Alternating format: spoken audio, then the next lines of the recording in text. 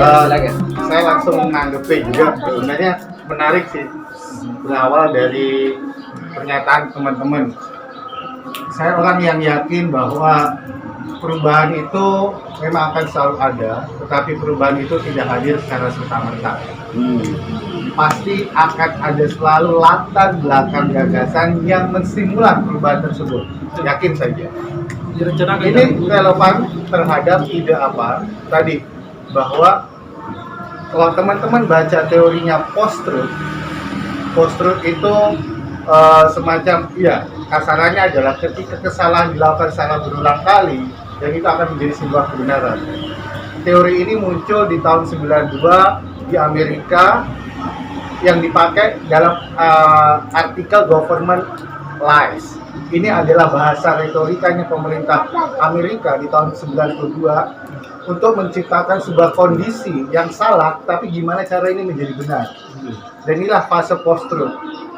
Outputnya apa? Ini menjadi alat evokatif terhadap media.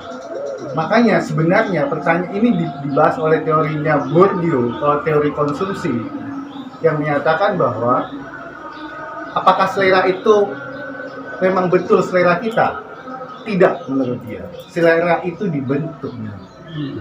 Jadi selera itu ternyata subjektif, tapi subjektif itu ternyata ada gagasan yang di belakang yang bekerja. Siapa yang bekerja? Yang punya kepentingan atas selera tersebut. Misalnya, rumah minimalis, kenapa dijual terus-terusan?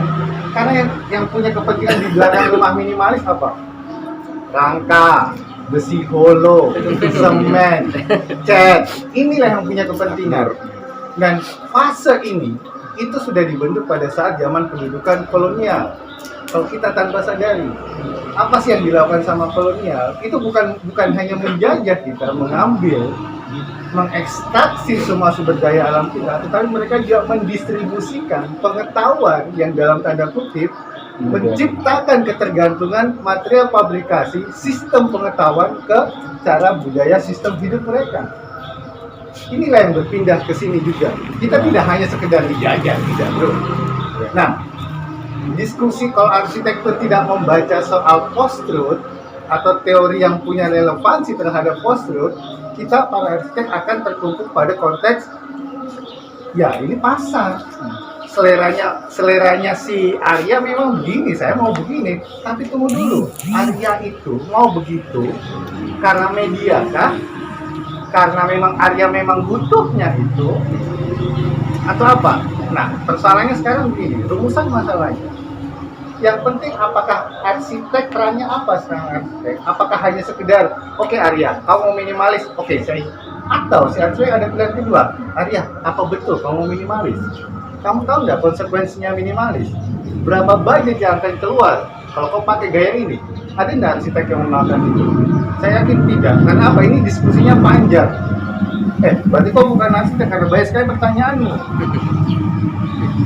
Nah, ini kan ada juga situasi seperti. Jadi intinya adalah post-truth itu memang ada, dan itu secara teori itu terjadi. Itu dipakai juga oleh para, bukan hanya ini ya, developer, arsitek, itu pakai semua. Karena itu bahasa pasar. Jadi untuk membentuk selera, tidak ada selera yang subjektif. Selera ini yakin menurut Bourdieu kita dibentuk. Bagaimana upaya kita untuk membaca itu? Kita harus punya pengetahuan soal itu. Itu yang tidak ada di arsiteknya. Itu yang menurutku kurang. Yang satu ya. Kalau sudah maghrib, saya pelankan suaraku sedikit. Terus soal ini. Kalau kita juga pakai, kalau kita mau sasar, sebenarnya kalau membaca soal ini sebenarnya oke, ini dalam konteks ideal. Tetapi yang paling penting adalah saya akan membaca soal arsitek Makassar karena saya mencoba untuk mengevokasi, menggugah teman-teman di Makassar. Oke lah, kalian akan bergerak pada konteks ekonomi, tapi sadar tidak gagasan yang bergerak di belakang ekonomi itu ada apa enggak? Siapa yang sebenarnya yang diuntungkan di sini?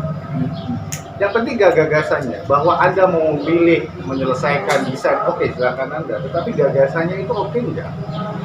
Karena begini teman-teman, Kalau terkait dengan selera, relevansinya ini, ekonomi akan bentuk psikologis. Psikologis akan menekan pada soal habituasi. Habituasi akan membentuk kebiasaan. Kebiasaan itulah yang sering akan kita lakukan. Ekonomi apa yang kita pakai? Ekonomi Marx misalnya. Ekonomi yang pokoknya gimana caranya dapat mengeluarkan sedikit, dapat barang banyak. Itu yang terjadi terus. Kemudian psikologi apa yang kita pakai? Gak usah jauh-jauh. Fruit kita kena. Apa? Otak bawah sadar kita disikat. Kita selalu dibuat situasi yang mencekam. Seolah-olah ini besok itu terancam terus kita. Kalau nggak dapat rumah, bahaya kok itu. Indonesia backlog, Indonesia backlog. Terus kemudian habis maghrib.